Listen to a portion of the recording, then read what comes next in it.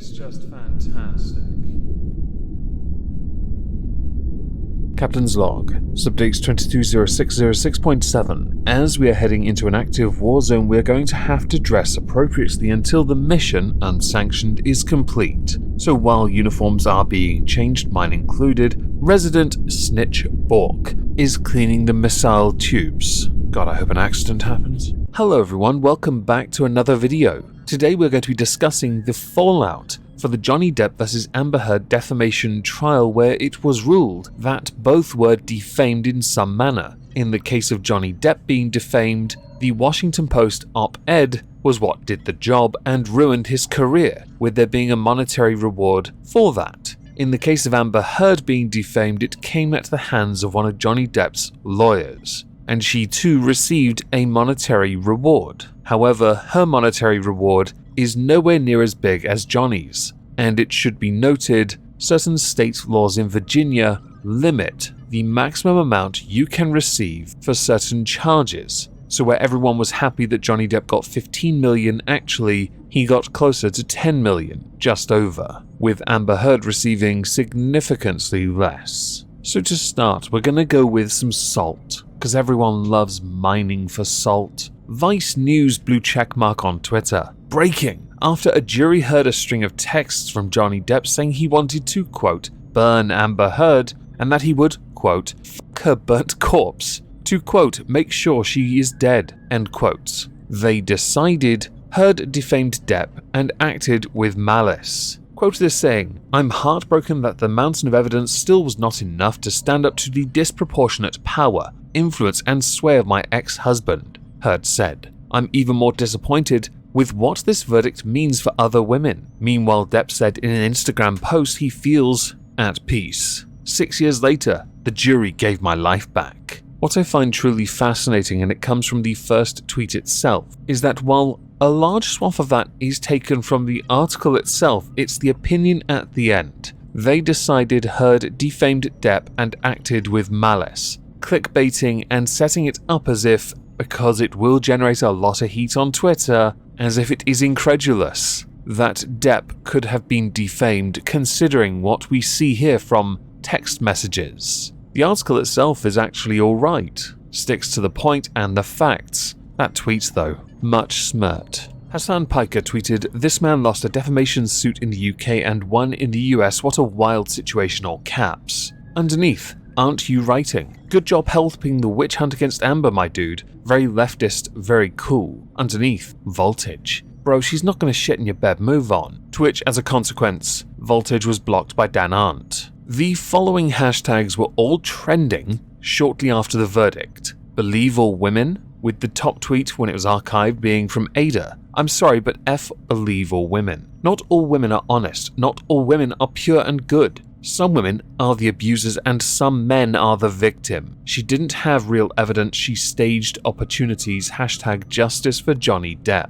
In fact, the majority of the tweets under that hashtag are in support of Johnny. The next that was trending, he won. Again, everyone on Johnny's side because the court of public opinion was bought and paid for by Johnny Depp. Hashtag Me Too was also trending, with some pointing out that the world has convinced us to believe all women, and yet that is not how it works, and that some, as women, don't believe Amber, and as women, they want men to be believed as well, with hashtag justice for Johnny Depp also being found within many tweets under that trend. And the final one that was trending of note, freedom of speech, because Amber had claimed that Johnny Depp's attorney succeeded in getting the jury to overlook the key issue of freedom of speech. The one thing that you really notice within all these trends is that there are very few people on the side of Amber Heard. The tweet in question from Hassan Piker is a rather interesting one, not because of what he believes, because can you actually tell? But because the UK courts, in my mind, owe Johnny Depp an apology. The entire point of that was that The Sun had painted Johnny Depp as a woman beater. During that trial, which we covered in the second video within this series, playlist linked down below, The Sun had to prove that what Johnny had done was in fact true, and Johnny had to prove that that was all a lie. The courts believed 12 out of 14 counts that Johnny had abused Amber in some manner. Yet when it came to the proof, when you go through each and every instance, which I did in that video, not one was proved with verifiable fact, but high probability. That was in the ruling, along with the appeal ruling that was rejected, which, by the way, there is now a petition to have that revisited. So next we go to Andy Signore. Is that how you pronounce your name? I'm really sorry if I got it wrong. Yo, at Real Amber Heard. We fixed your statement for you. No charge. # justice for Johnny Depp was served.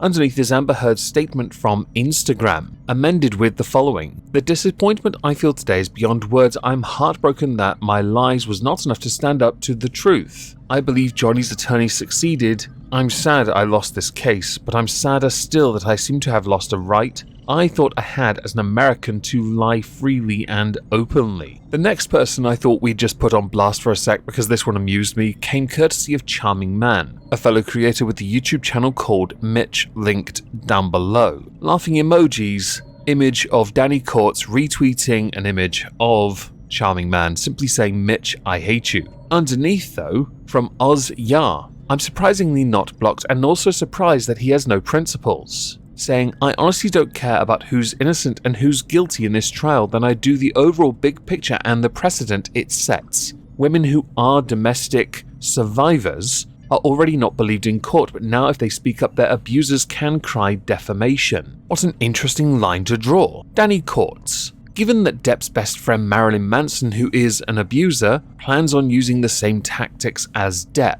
I stand with Evan Rachel Wood. Even if he didn't, I still stand with Evan Rachel Wood because I'd rather stand with the abuse survivors than with the abusers. Reply underneath, but how do you know he is an abuser? Continuing with Danny Courts. The real question that people should be asking is why was Heard liable for defamation when her article that started this sham of a trial didn't even mention Depp at all or even call him an abuser? Were you even paying attention to the trial? So next we're going to go to TMZ. Johnny Depp has a new lease on life after being awarded more than $10 million in his defamation case against Amber Heard. Retweeted by Moomin Marxist. Domestic violence. I'll say one thing and that's it. This trial wasn't about whether he abused her, that had already been proven in court. It was about whether a victim could talk publicly about an abuser even without naming them. This verdict sets a dangerous precedent. I'm starting to understand why you said you'll say one thing, because you knew you were going to get it wrong from the offset. In that trial, he had managed to prove, with all the evidence, that she was the abuser. If you were paying attention to the trial, you would have seen that. I assume you were watching BuzzFeed for news content, and yes, regurgitated talking point from 2015. Reputable news source like CNN, perhaps. And what we learnt from the UK courts that somehow proved he had done these things 12 out of 14 times was that they only took into account probability as a valid form of judgment, which is an astonishing level of negligence on their part. Also, a lot of the evidence presented in that could not have been used in the defamation trial, which even the Heard team wanted to use. Just thought I'd insert it, because if it had been used, yes, the context would have been vastly different, but the result, I doubt, would have changed, because that was probability. Factual was what we got for 6 weeks, if you ignore Amber's over-the-top performance razzle-worthy content. Next we're going to insert Kat Tenbarge, tech and culture reporter for NBC News. The thread that she has since pinned to her profile has been quite contentious, many people believing that she herself has misinterpreted a lot of what has happened online, but I also think gatekeeping what real journalism is. I will now insert, because this is relevant, I'm not a journalist, just a commentary channel. For people who have been studying the misinformation campaign around the Depp v. Heard trial, this verdict is chilling. The success of Depp's redemption arc, narrative, reveals a lot about our social media platforms and ourselves. Media literacy around this trial was abhorrent. Most people, even if they say they did not watch the trial. They watched TikToks and YouTube videos, most of which were biased for a clear economic purpose. That's not the thing. What economic purpose? Well, follow the money. Most of the viral content around the trial fell into a dichotomy of Johnny good, Amber bad. As long as your content fit that narrative, it would increase your views, audience, and earnings. Not from my channel, it didn't. Posting from a pro-Amber or even a neutral position means you will lose followers. There's no incentive to consider both sides. As a result, Amber's evidence has been largely ignored. Many people who consumed this trial don't even know that Amber has evidence, or that a UK judge ruled in her favour for 12 out of 14 incidents of abuse she testified to. As Adam Waldman testified in this trial, YouTubers and social media played an overwhelming role in the perception of this trial. People who consume their news from content creators, specifically news around this case, believe it is more trustworthy than mainstream media. I wonder why. Why do they believe this? Well, most articles about it tend to focus on reactions to the trial rather than analysis of the actual evidence. Rotten in Denmark has been doing excellent threads about this. A pitfall of going to YouTubers and TikTokers for coverage is that these creators aren't beholden to any editorial standards or journalistic norms. In fact, they're incentivized to break them to fit the narrative and make money. You clearly have never heard of monetization. We've known for a while that social media incentivizes bad behavior because it fuels engagement. It also incentivizes conspiracy theories, groupthink, cruelty, and harassment. This case exemplifies all of that. Many of the criticisms of Amber Heard are rooted in misogyny, but beyond that, they're also rooted in a fundamental misunderstanding of how trauma and abuse work. When people cherry-pick from Amber's testimony, hyperfixate on her emotions and body language, lie about her, make fun of her, they feed into this culture that hurts all victims. Even if Amber is not a victim, this behavior hurts victims. This thread is not going to be popular, because reporting on this case fairly is really unpopular. When I first started talking about it, I realized that I couldn't share anything neutral without attracting hate or losing followers. So I had to stop caring. Unfortunately, social media incentivizes us to care very, very much about what other people think of us. This has a net negative effect on social progress, because progress is rarely popular in the moment. As many people have pointed out, there will likely be a future redemption arc for Amber Heard, like there was for Britney Spears. I realized I couldn't wait for that.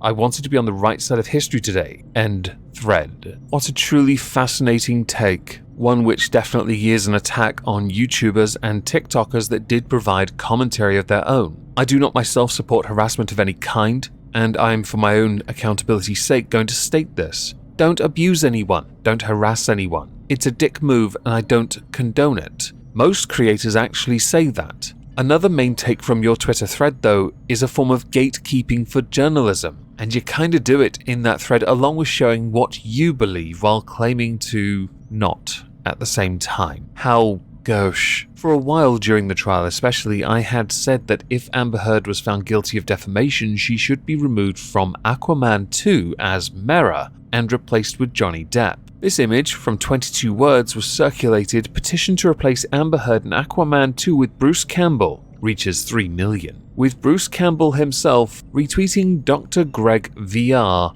send me the script. I kinda wanna see that. I also wanna see Captain Jack Sparrow versus Aquaman. I can't be the only person. Since the verdict and the earlier mentioned 4 trending hashtags, others had continued to trend, including Amber Heard committed perjury and Amber Turd is an abuser, with this meme being one of my favorites and relevant in a moment. Natalie Whittingham-Burrell put out a Twitter thread talking about many of the factors within the trial itself, showing where evidence itself and allegations of certain incidents were in fact false. And it is certainly worth a read. Not this video, it would take too long. I've already gone through cats and it took a while. But this is the part now where I show where that meme is relevant. Ricata Law. Oof. Celebrity net worth minus 10 million. Now I had thought this was a fake, but then I went to celebrity net worth. It's not. Although it currently sits at minus 6 million. Between 2013 and 2019, Amber Heard had made 10 million. However, because of the damages owed to Johnny Depp and the legal costs in that trial, yeah, no, she's in the red. Because I mentioned her in the last video, I would be remiss if I did not include Eve Barlow, Amber Heard's best buddy, in this video. On the face of it, it is a failure of everyone who believes in progress and the sanctity of human life that a woman had to testify to alleged that on live television to the whole world. When you go to Eve Barlow's Twitter page, you find she links to an article from The Cut titled "The Verdict Proved Her Point." I promise you, if you read it, you will get actual tumors on your brain. But the article itself, while using overcomplicated language, which is the point, it's there to be condescending. It is there to try and make you think you've misunderstood something by using bigger words, the infamous Why use 7 words when 4 will do? To make a point, while fundamentally misunderstanding that the court of public opinion is not as stupid as you keep making them out to be, nor are they bought and paid for by Johnny Depp, although I'm waiting for my royalty check to clear. To swerve from that, Trisha Paytas, being the alpha troll that she is, put out a video titled ASMR, Amber Heard Issues Apology, parody, roleplay, whisper. It was something, I'll give her that. Somebody, a complete and utter moron, called Moira Donegan, believes that the Depp v Amber Heard trial is clearly the new Gamergate. Misinformation, misogynist hate, and resentment against #MeToo are being wielded to draw people into the far right. If there weren't so much cowardly hand-wringing about how complicated the case is, this would be obvious. One of the recurring misogynist fantasies that animated the fear of Me Too was that men would be ruined by false allegations, specifically from jilted ex-lovers. But between Heard and Gamergate, it seems like the people most likely to be victimized by a vindictive ex are women. Would you believe me if I told you that Moira is a columnist on gender and politics for The Guardian, US? Stephen Crowder, Hollywood owes Johnny Depp a huge apology. Ash, things that need to happen. Remove Heard from UN Human Rights Ambassador. Remove Heard from L'Oreal spokesperson. Media outlets like People magazine need to apologize. Warner Brother and Disney need to apologize. Remove Amber Heard from Aquaman 2 and further projects #Depp v Heard. Owing to the result of the defamation trial, the Washington Post had to add an editor's note to Amber Heard's op-ed, which said the following. In 2019, Johnny Depp sued Amber Heard for defamation arising out of this 28 op-ed. On the 1st of June 2022, following a trial in Fairfax County, Virginia, a jury found Amber Heard liable on 3 counts of the following statement, which Depp claimed were false and defamatory. 1. I spoke up against sexual violence and faced our culture's wrath that has to change. 2. Then 2 years ago, I became a public figure representing domestic abuse, and I felt the full force of our culture's wrath for women who speak out. 3. I had the rare vantage point of seeing in real time how institutions protected men accused of abuse. The jury separately found that Depp, through his lawyer, defamed Heard in 1 of 3 in her counter-suit. When questioned during the trial, one of the TMZ ex-news reporter journalist type folk had said that Elaine Bredhoft, who was Amber Heard's attorney, could well be using Amber Heard as a client for 15 minutes of fame. Since this verdict, she's been on television. That 15 minutes though, right? She's also conceded that Amber Heard can't afford the appeal. She can't afford anything, really. To move on from that, I would now like to address a BBC article titled 3 Questions Answered After the Verdict. 1. What are the damages Depp and Heard must pay? Can Amber Heard appeal? To which the answer is yes. However, unless new evidence or testimony emerges, nothing will realistically change the outcome of the original verdict. And 3rd, how much are Depp and Heard worth? Johnny is worth around $150 million. I think that's now 160.4. Amber, -6. Matthew Santoro on Twitter. Disney owes Johnny Depp a public apology for engaging in cancel culture and making a premature decision to remove him from Pirates before justice was done. It has since come to light that the court stenographer has been getting a lot of flack. Judy, I believe her name is. And Jeanette tweeted out, update, people are posting that court stenographer Judy from the Depp v Heard trial was partying with Johnny Depp. It's not true. First, Judy is not a court employee. She was hired by the Depp and Heard teams. Second, she was not partying with him. Judy was at that event for maybe 10 minutes. The courthouse closes at 4 and her gear was locked inside. Depp's lawyers collected it for her. She picked up her items and Johnny Depp hugged her and she left. That is it. Judy is being targeted online. Leave her alone. She did nothing wrong. Please leave Judy alone. She was doing her job as a stenographer. There are 2 final things I'd like to address within this video concerning the fallout.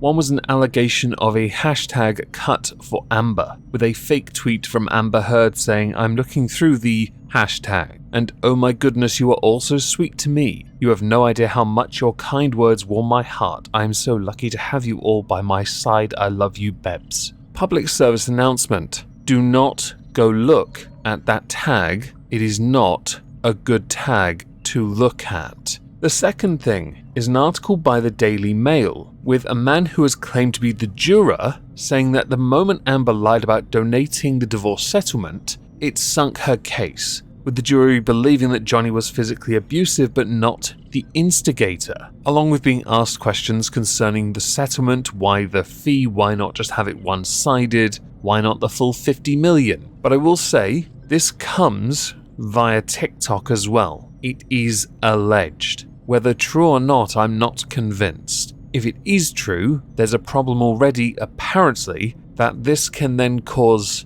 well, the original result to be mucked up a little, because apparently that's supposed to go for a certain number of days before people can speak out. But that also could be wrong. Again, I'm not an expert, I'm just English and a commentary channel, not a journalist, nor am I legal counsel. The only thing I care about is no lives matter. I need you to come with me to Atlantis.